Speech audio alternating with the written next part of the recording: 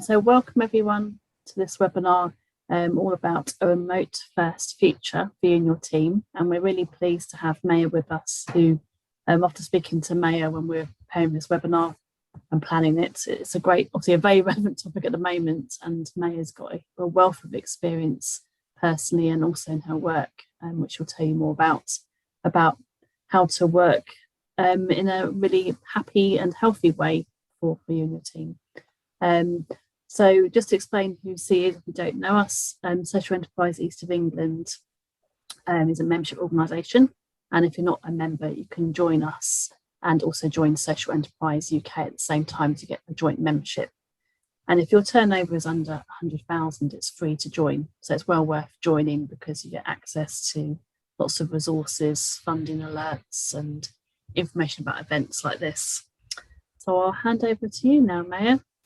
And just by way of additional introduction, I have my main credential for talking to you today from this point of view is that I have been working from home for 21 years now. I can always date that very easily from the age and height of my millennium baby, who is now a fully fledged adult and towering over me. And she's actually working remotely in another room at the moment because that's how life is at the moment. I'm a freelance writer and consultant, and my latest personal passion project is Healthy Happy Homeworking, which is a book series. It's a community. It's consulting work with individuals mainly who are looking to improve the way that they work from home. I also do consulting work with a London-based organisation called Virtual Not Distant, where we tend to work with teams and managers.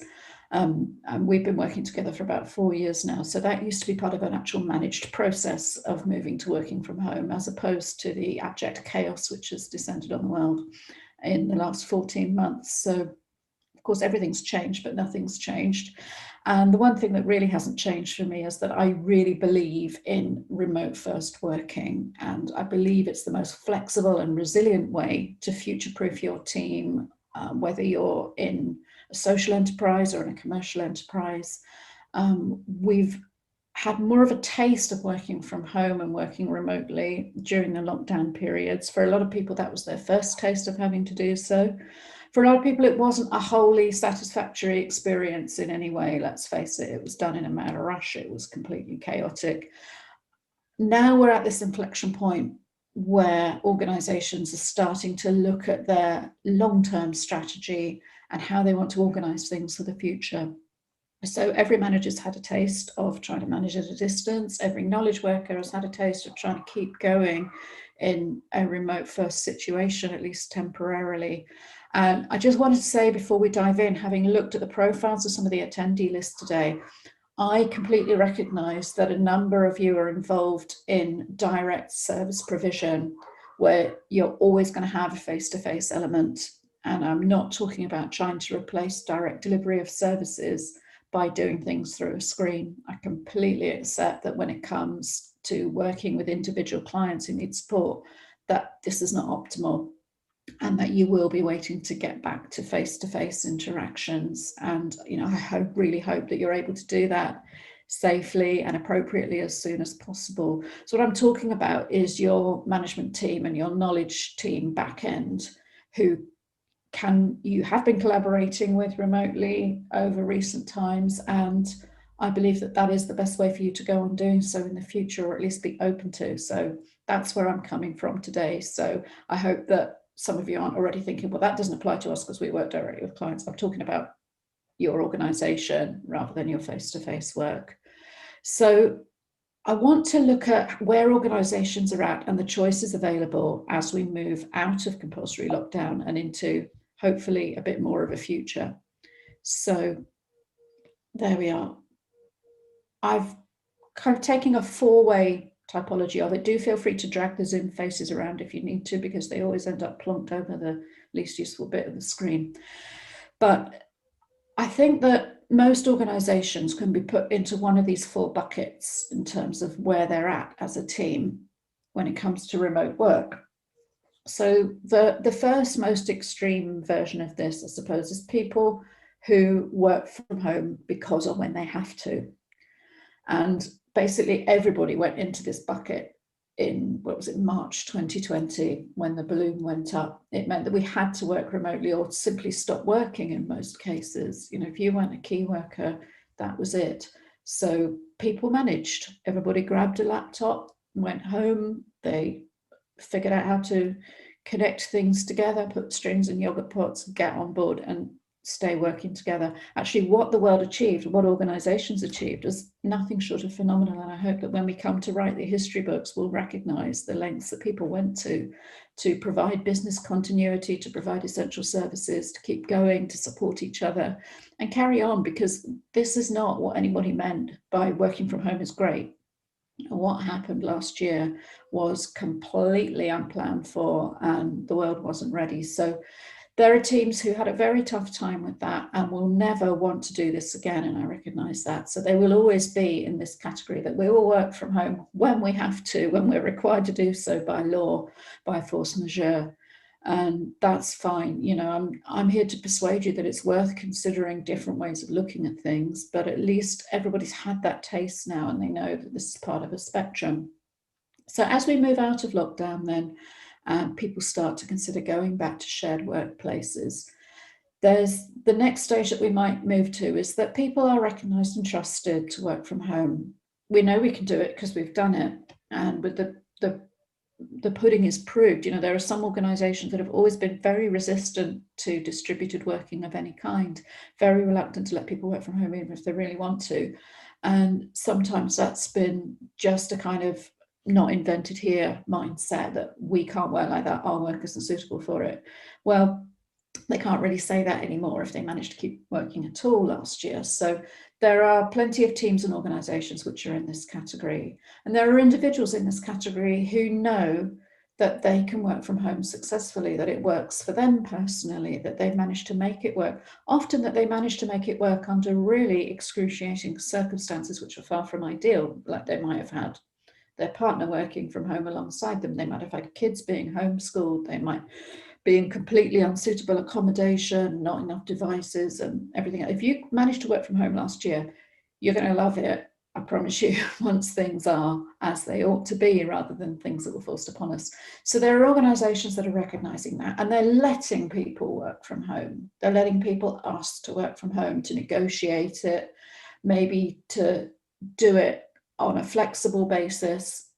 We're getting the term hybrid workforce being bandied about a tremendous amount. Now, what I'm struggling with that term is that there's very little consensus as to what it actually means. Some people are using the term hybrid to mean people have to come in 2 days a week to do face-to-face work, and the rest of the time we trust them to work from home.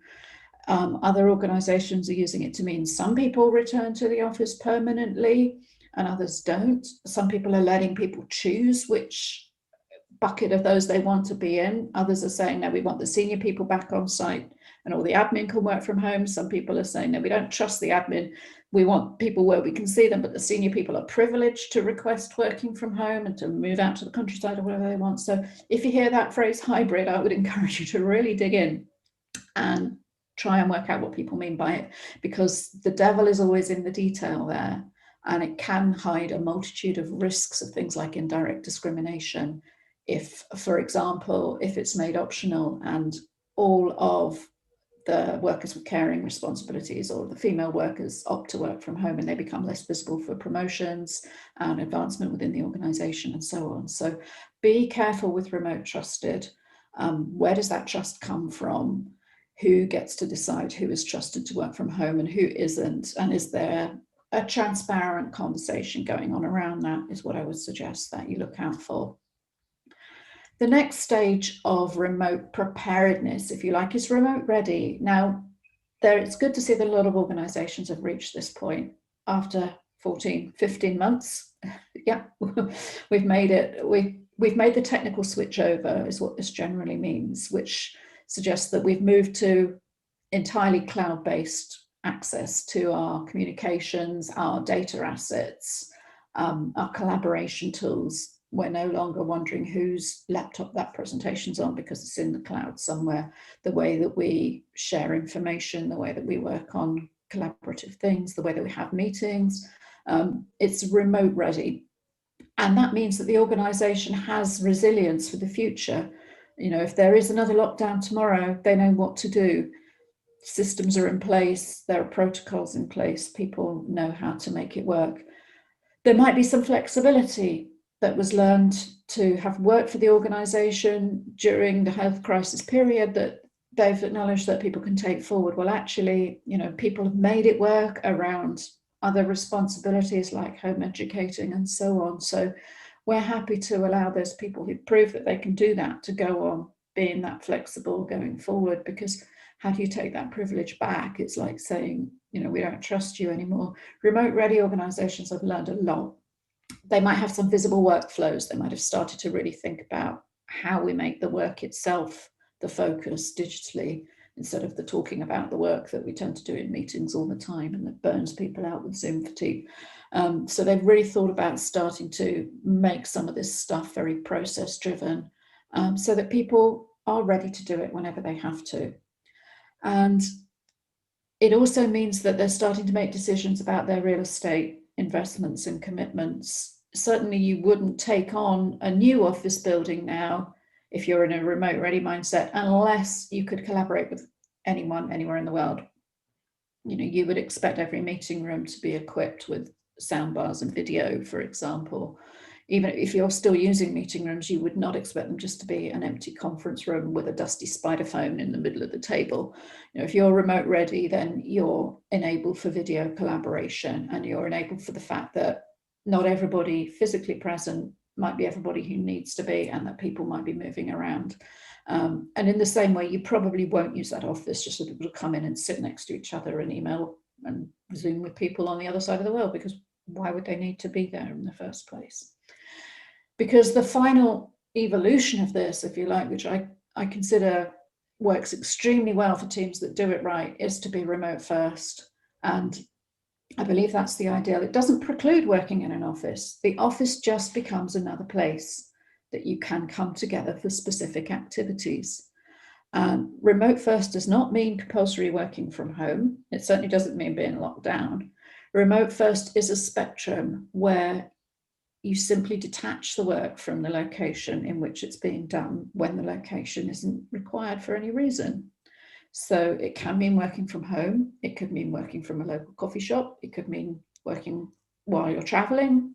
You could be working at an airport or on a train. Remember that.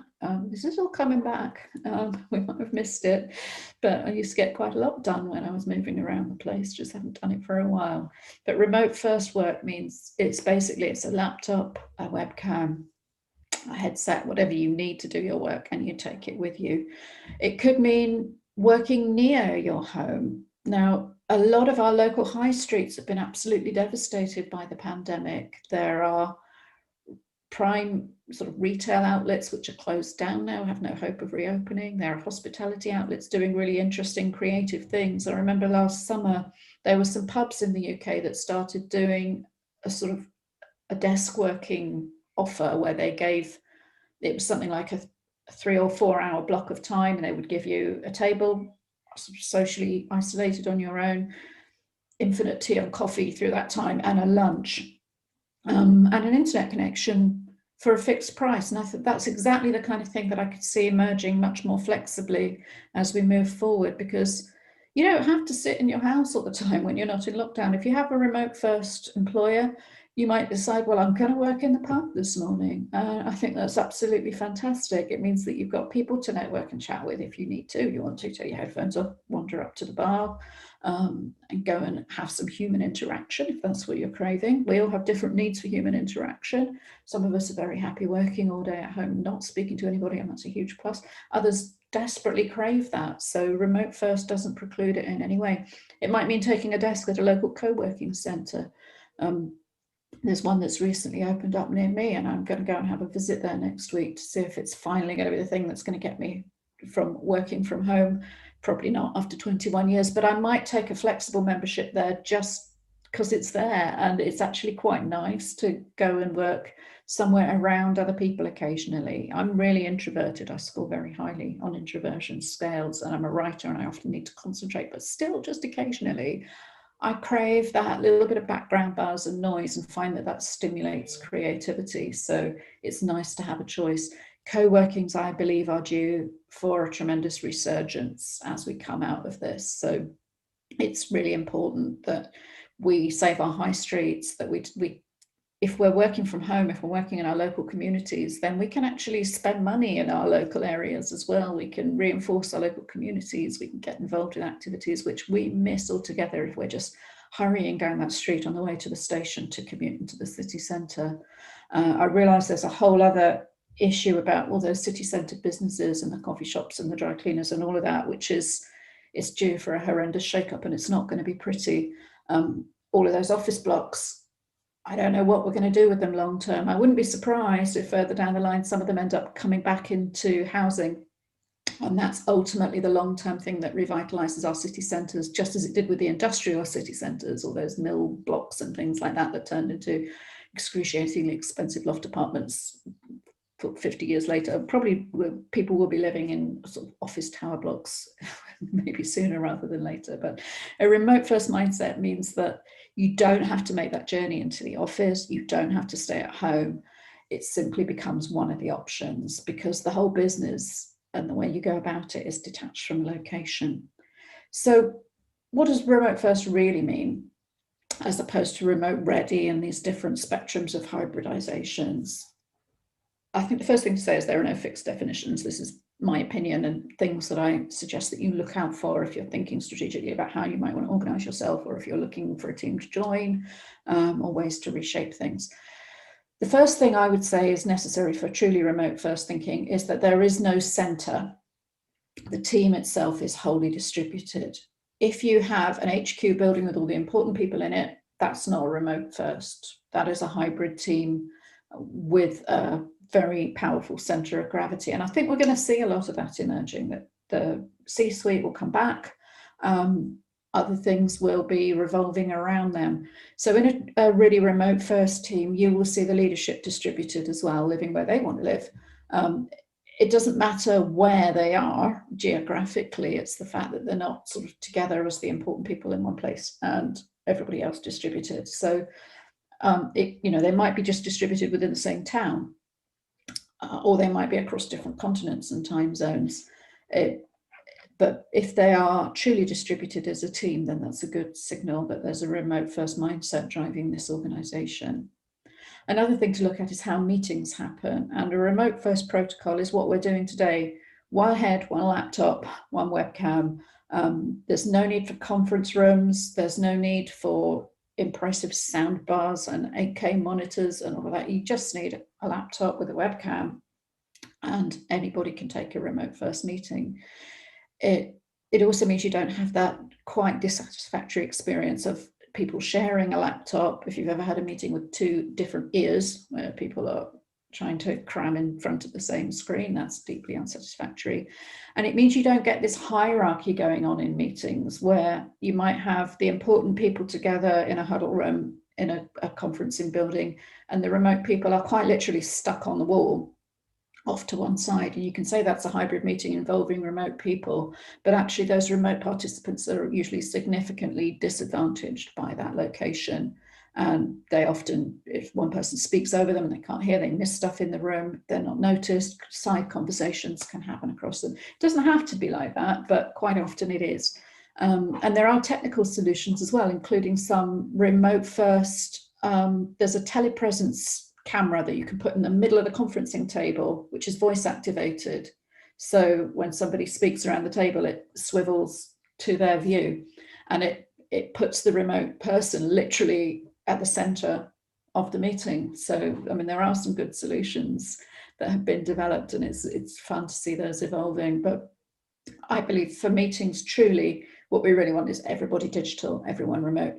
And incidentally, from the technology point of view, I'm digressing a little bit here, but I think we've got time. There's some really amazing stuff coming down the pipe in terms of making meetings better. Zoom and Teams have saved everybody's lives during lockdown. That's amazing. But this isn't how we normally look at each other and talk together in these little boxes and these two-dimensional heads and staring at our webcam, and it's just weird and we all get burned out and fed up. What's coming are things that are going to take full advantage of the growing number of really high-speed 5G connections to have much more signification of presence, and particularly for group events, you'll be able to see much use of AR and VR. You'll be able to sense approaching a group, listening to a conversation before you decide to join in, and things like that. So there's some amazing projects that have recently been funded. So I'm excited about what that's going to look like down the line, because it's going to mean that digital space becomes our office. That's where we go to work. It's where we go to interact. It's where we go to do the informal chit chat stuff, the water cooler, the spontaneous ideas, the connecting with our colleagues, getting to know them, as well as the actual collaborating about the work itself. So what it means is that all that communication has to become digital, and it has to become transparent. You know, you'll find quite often that the default is to record conversations in remote first teams, because not everybody can make it to every meeting, just like we're doing today. Again, technologically, things are catching up there to make those recorded conversations indexable and searchable. Because the problem at the moment, of course, if somebody has a video meeting, is you want to get to that bit where they made the decision or they had the discussion about X. And it's much easier if someone's got minutes, but instead you've got an hour and a half recording. But that's coming very, very soon. You'll be able to go straight to the bit where they decided about the disciplinary or the contract or whatever, and be able to try and find that. So, you know, we're going to see communications moving that way. But what we need to do is restructure the communication around the work. I've just been reading Cal Newport's new book, A World Without Email, which is really, really interesting, because it gets to the heart of trying to get away from this flow of random conversation that's not connected to anything, and the way that we just kind of hit a reply all to get something off our plate and toss it back into the ether. Whereas what's actually really working for distributed teams is centering the conversation around the project itself or whatever you're working on. So whether that's comments in a collaborative document, a threaded conversation in a project management system like Asana or Trello or Microsoft Project, or, you know, that might be a sledgehammer to crack a very small nut that you could just do in a Slack group, but whatever's appropriate to you, that you build the conversation flow around the work. So then you can communicate completely asynchronously as well. It doesn't depend on getting together into a meeting. And it means that that conversation is there, it's perpetual, and it's indexed. So it's I'm sort of jumping on further down the list to asynchronous collaboration, but it really is the teams that have really nailed working together from anywhere in a completely distributed way. They've made the work visible. They've made the collaboration visible. So you don't have to ask anybody what they're doing. You don't have to have a meeting for a status report. Anybody can see what they need to see. Managers don't need to look over somebody's shoulder, and the same as they don't need to look across the shared office. They can look at the work and see the progress. They can see the bottlenecks. They can see who's active on what. That doesn't have to be in real time either. So you can decide how you want to hire, who you want to hire from anywhere in the world. You can connect in real time. You know, everybody can get some sync time. If you want to have a meeting once a week or whatever, you can decide to do that.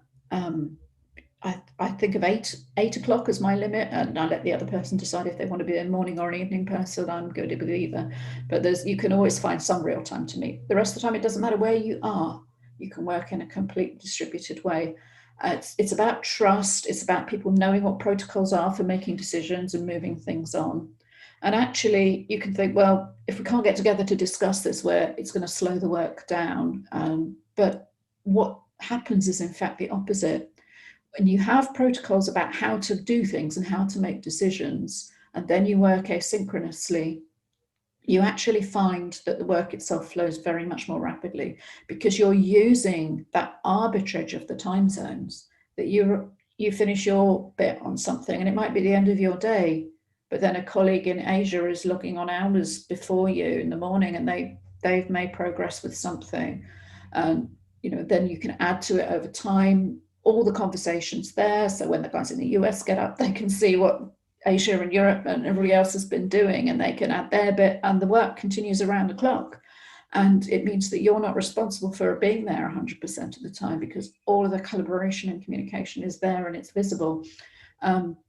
You can still have real life meetings, and some teams that operate in that really global way find it useful to agree a kind of home time zone, like they might say, when we're planning a time to actually meet a client or whatever, we default to GMT or whatever. But it's important to make sure that the poor person in New Zealand isn't always having to have meetings in the middle of their night or something. So if you do have a team that's truly distributed and you have a standing meeting, then you could just rotate the time. So you advance it 6 hours or something every week, so that then you have that truly distributed effect.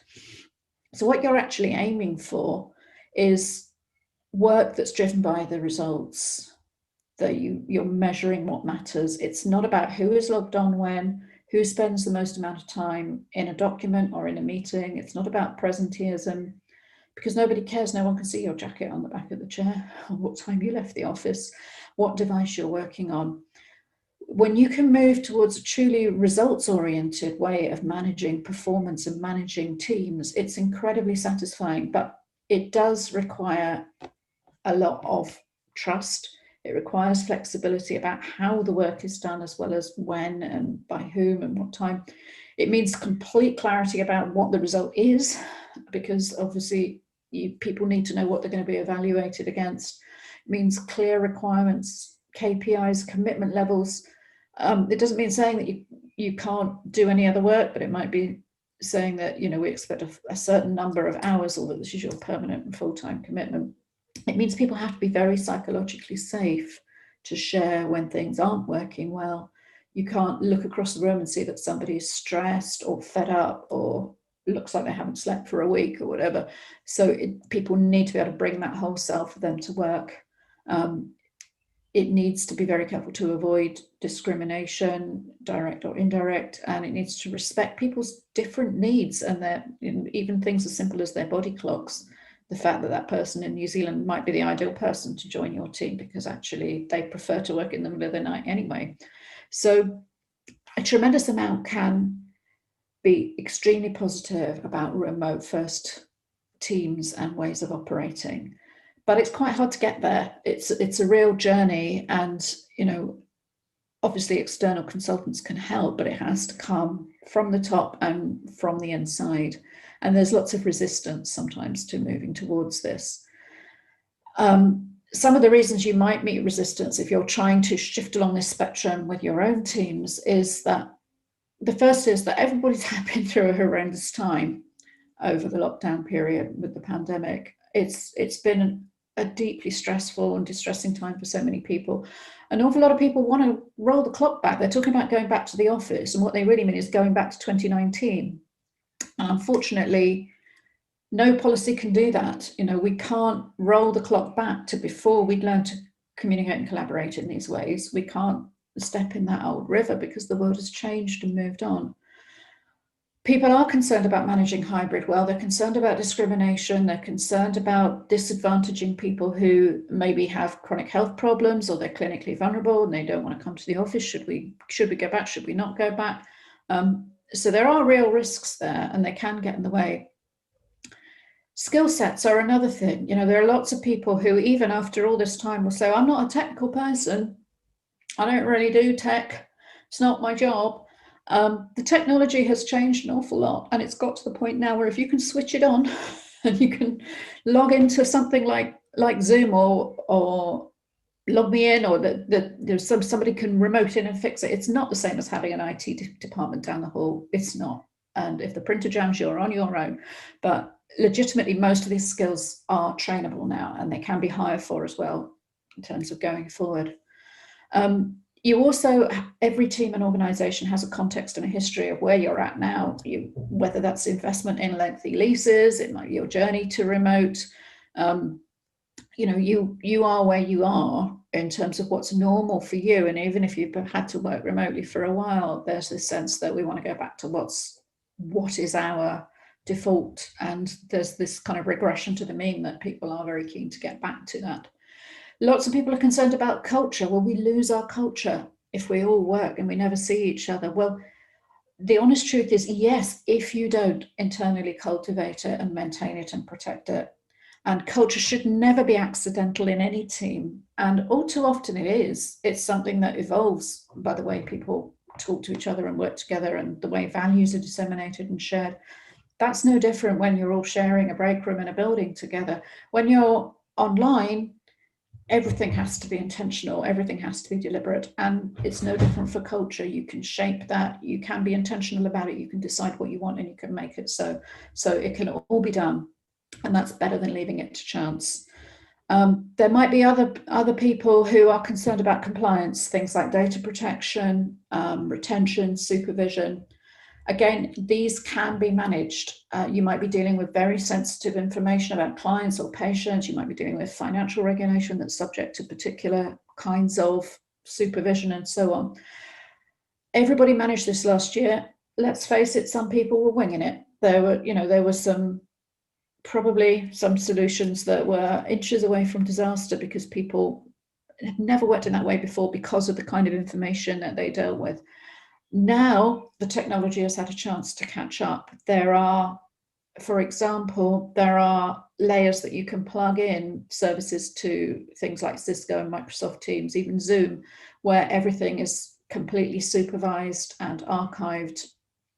Conversations are monitored real time by AIs, which will flag to a supervisor if somebody's disclosing incorrect information or sensitive information. There are layers of technology that can stop a document being sent out of a safe zone. There are even things that can supervise things that are shown on screen and not talked about. So if I were a financial advisor and I was talking a client through a proposal, but I held up a screen saying, no, actually you can make 10 times this on a bit of paper, that would be archived and supervised and flagged. So you can't say compliance makes it not possible to work remotely, but you do have to know about it and put it into place and make it happen. The real reason, unfortunately, that a lot of teams don't embrace remote first thinking is the lack of trust. And I kept this one till last because it's really hard to unpick, and it's really tragic in a way. Some of the time it's because we don't have that way of managing performance and results in a meaningful way, and instead we measure proxies for that. We manage time that people spend with their selves logged onto an application or their bum in a seat in a building, as though that's somehow a corollary for how good work they're doing. Whenever you see anything to do with time theft, unfortunately, in the early days of lockdown, searches for surveillance software went through the roof. People were they were asking Google, what can I install on my employees' laptops to make sure that they're doing the work when I can't see them? And that reflects a tremendous amount of insecurity about, people are out of my sight, they're all going to be goofing off and watching Netflix, and they're not going to be, if they're doing the work, you'll be able to see the work is getting done or it's not. And if you don't know that, then how would you know that in the office unless you're literally standing over their shoulder watching every keystroke? You don't try and watch every keystroke in the office. You have a sense of what's going on around you, yes, but you also have performance reviews, you have KPIs, you have project management, and all of that still works when you work remotely. So this is what it comes down to, that final point on trust. It doesn't mean blind trust. It means making the work visible. It means thinking about the processes and the workflows that drive what you do and making them transparent, whether you need that information for different purposes, depending on where you are in the organization and the management. Operations needs to know about resources and project management and how far things are moving along. The money people need to know about what's getting spent on this. Is this on budget? Is this going to overrun or whatever? HR need to know that people aren't burning themselves out, that we have enough human resources to fulfill this project. Compliance needs to know that we're not data leaking information. All of that is in your system somewhere digitally already. Believe me, it is. Even if you're having face-to-face meetings about it, there's a document somewhere, there's a database, there's a spreadsheet. What you need is some smart person to hook all those together in a dashboard in one central area. And you need a nice shiny young data science graduate can build you the thing you need. And you probably don't even need to do that, because there are so many off-the-shelf packages you can pull these different streams into and give people the visualizations they need to see what's happening. So you can get all that built for you, and then it doesn't matter where people are accessing it or logging into it or contributing to it. You can hook things together with tools like Zapier, or there are native integrations with all these different apps, and they all have API hooks, so it can all be done. You do not have to trust people blindly. You do not have to trust that the work is getting done. You can make it visible. And when you do have a truly remote first team, and all of that is transparent, everybody's accountable to everybody else, because it's not just visible to the managers. Everybody can see that they're part of a team where people are productive and harmonious and collaborative, and it becomes somewhere that people love to work. And that's what all of us as managers aspire to. You know, flexibility really appeals to people's intrinsic motivation. It lets people perform in the way that they know they work at their best. And remote work really appeals to people who have quite high levels of self-awareness and self-knowledge as to what makes them perform at their best. People who are really happy to bring their flow into work to support each other. And they talk about it. I mean, you can look on sites like Glassdoor, you can encourage people to talk about working for you. Some big remote employers, places like Buffer and GitHub and so on, you can see people blog about how brilliant it is to work for them, because they have that trust and they have that very powerful loyalty. And obviously that's great for teams that want to grow and they want to thrive and they want to invest in people and develop them, because ultimately it means people feel safe. They feel safe to bring their whole self to work. They feel safe to check in, to share, to say, actually, you can't see, but I've been up all night crying because I've had a bereavement, or you know, I'm on fire today, but I'm going to be head down in this, so I won't be chatting much or whatever. They can lean on the team, they support each other, they cover for each other, they share their context, they're unafraid of doing that, and they connect personally.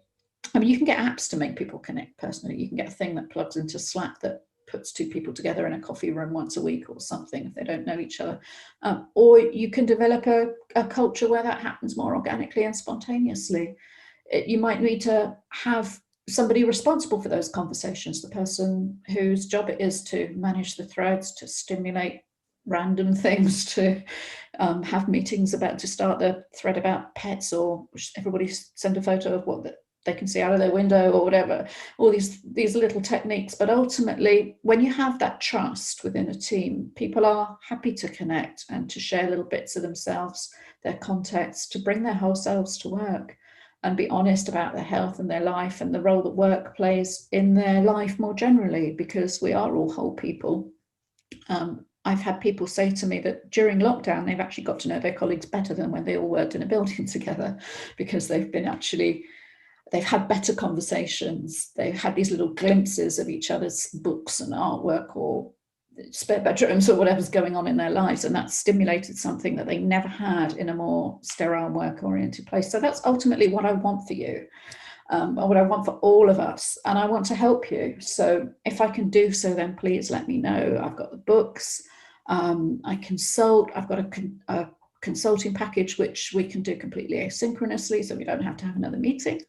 I've got training courses, about to release a training course literally this week, which is about finding a remote job. So if you're working and managing a team, then you're probably not looking for a job, but we've got other things coming down the line about visibility and online communication, so please look out for that. We have a fantastic community on Facebook as well for healthy, happy home working, so do look out for that. But in the meantime, I'm here now, so I would love to help with any questions, any points of discussion, anything you disagree with, or any experiences that you would like to share on this subject. So please feel free to unmute and jump in. If you prefer to text chat, that's fine. But Janet. Yeah, I'd be interested to hear a bit more about the sort of physical arrangements of people working at home, which is going to be more permanent. And also before lockdown, certainly I know 2 organisations where it was a rule you weren't supposed to be caring for children or anyone else, you know, while you were working. Obviously that went out during homeschooling and that sort of thing. Yes. But, you know, what's your views on things like that and the sort of physical aspect of working at home? I think it's very reasonable for any employer hiring someone to work from home to require that they provide suitable conditions for doing that work. And a few things you need to be careful about. You need to relate it very much to the work. And you need to be very careful that you're treating all candidates, particularly when hiring, equally. So you certainly couldn't ask the young female applicants whether they've got children, but you can say, can you provide an interruption-free work environment to focus on your work? When I used to manage remote teams, I was very explicit. It was in our company handbook that people were expected to have childcare for their children outside of school time as well, because it was a full-time job. It didn't end at 4 o'clock. So, you know, it does mean that obviously if that kid's sick or has an inset day or something, that you're there on the spot and you can be flexible, that's brilliant. But the default should be that you could work uninterrupted, because I was hiring people to deal with client calls all day and they couldn't do that. So it's about the work, and it's completely reasonable to be very explicit about what's needed, provided it relates to the work. It's also quite reasonable to make that part of the job application process, for example, and ask about it directly. Can you provide an ergonomic desk and chair? This work is going to involve you sitting for 8 hours a day. You know, the organisation has some responsibility for health and safety, but so does the individual. It's always been shared. It's just the balance of that shared responsibility shifts a bit when people are working from home. So you might have, under health and safety, to do an annual inspection physically, have somebody turn up, or you might have a risk assessment form you send them that says, yes, I've got an adjustable seat rest or headrest or whatever you need. I've got all sorts of weird cushions and things here because I'm spending far too much time at my desk at the moment. And I think it is reasonable. That's why I always suggest to people, don't have a sort of synthetic background when you do a Zoom call, if you're going for a job interview, by the way. You know, that is the environment that someone's hiring you to work for them in, and it's quite reasonable for them to see it and have a glimpse into it. Does it look professional, if that's how you're showing up talking to their clients? So all of these things become part of the work. You might say to people, it's a condition of hiring, you have to be able to provide a reasonable, robust internet supply. And hopefully nowadays that's not so much of an issue. Imagine if we'd had this lockdown thing 10 years ago. We'd all have been in a desperate state, particularly where I am in Spain. It doesn't bear thinking about. Now we've all got that fibra, and it might be something that you provide expenses for, but it's up to them to make it so and make it happen. And that includes use of technology, like you might have to have a dedicated device or a dedicated virtual desktop on a shared device that you have exclusive access to between whatever are agreed the hours that you're going to be working. So provided it all comes down to the work, there's nothing that you can't ask people to provide, I think. Does that help? Does that answer the question? Yeah, very helpful to think about. Yes, thank you very much. No problem. I was going to ask Maya, are there any kind of real tips to try and encourage that, the social side? I know you said about, you know, successful managers, teams, you know, try and manufacture that kind of interaction.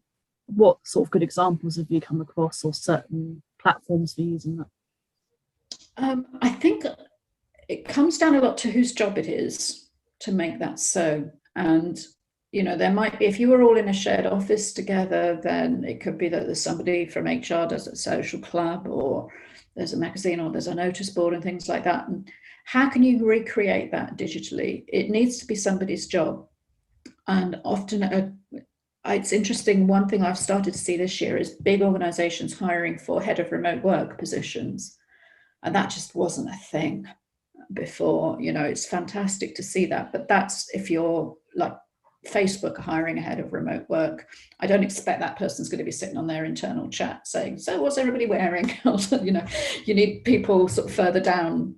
From the most strategic levels in large organizations. It's great to see that these positions are starting to become apparent. But I think what it needs is, first of all, a shared acceptance that this stuff doesn't happen by magic.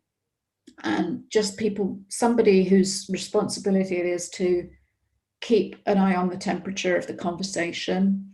There are apps you can get, which you can kind of outsource that to an extent. I think there's a danger of outsourcing that responsibility to an app.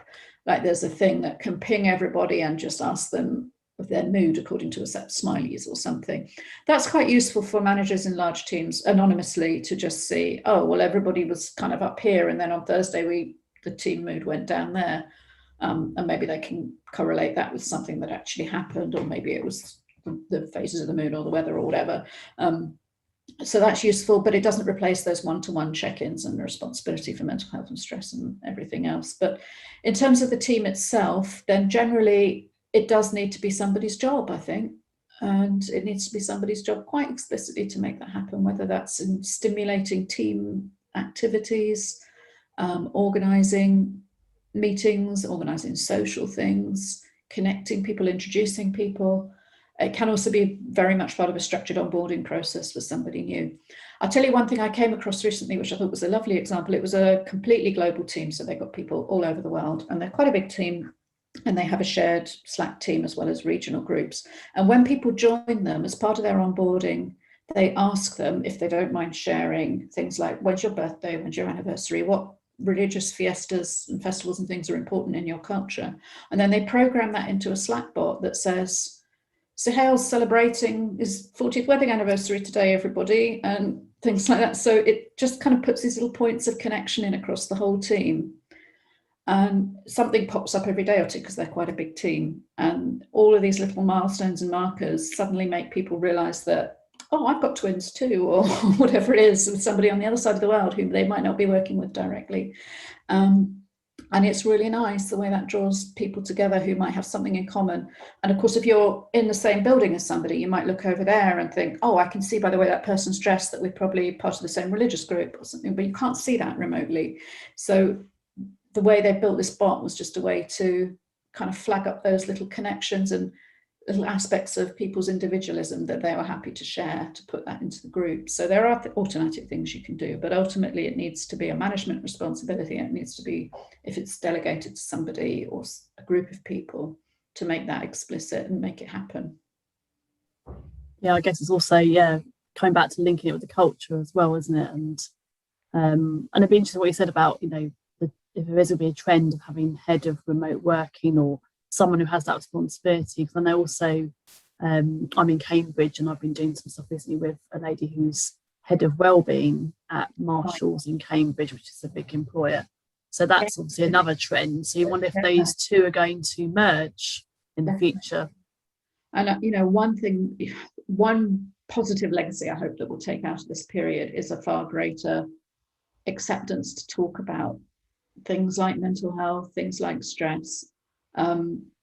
Just the way that we've all been working, we've all had these little glimpses into each other's kitchens and spare rooms. And I think it's made people realize and accept more that work doesn't happen in a vacuum, that we're all bringing complicated, messy stuff into our work. And if we try to pretend that we leave all that at the door, we leave something of ourselves behind that we could be bringing to the work and we could be bringing to support one another. And actually, it's better that we don't do that. And it enriches things. And a lot of my day job work is tech journalism, and I spend a lot of time interviewing sort of quite senior people in tech. They're really busy and they're really stressed, and it was always quite difficult to pin them down for an interview anyway. And then you're trying to get them to say something that's not in the press release, and it's often really hard. They're sticking very much to what they've agreed they're going to say anyway. And then suddenly if a toddler crawls onto their lap, it changes everything, the whole dynamic, and they have to stop being a CEO and open some juice or whatever, or admire some Lego.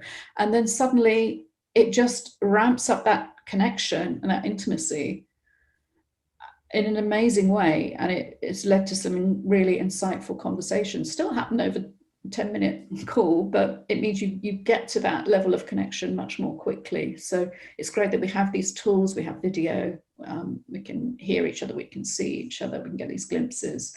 And we're all bringing our context to work in a way that we didn't before, when we all worked in identical cubicles. That's great. Is there any other questions anyone has? I found that fascinating, Maya. That was really, really good. I'm glad it was helpful. And if anybody wants to follow up with questions, you've got my contact details in the slides, so please do so. Love to see some of you in the Facebook group if you're into that, or we're Healthy Happy Home Working across all of Twitter. I'm Maya Middlemiss across all of social, because I'm the only one with my name, so if you find someone, that's me. So feel free to do the LinkedIn or wherever you do. I wish everybody success in transitioning out of these weird times that we've been in, and to a successful, healthy, happy future, whatever that looks like for you. That's great. Thank you. And I'll send everyone, obviously, links to this slide. I know you've also got a link to your ebook as well, haven't you, which you wanted to share? Yeah. So I'll send that round to everyone as well. But thank you so much for giving up the time, Maya. It's really appreciated. That's a pleasure. Good to work and with you. Thanks everyone for coming.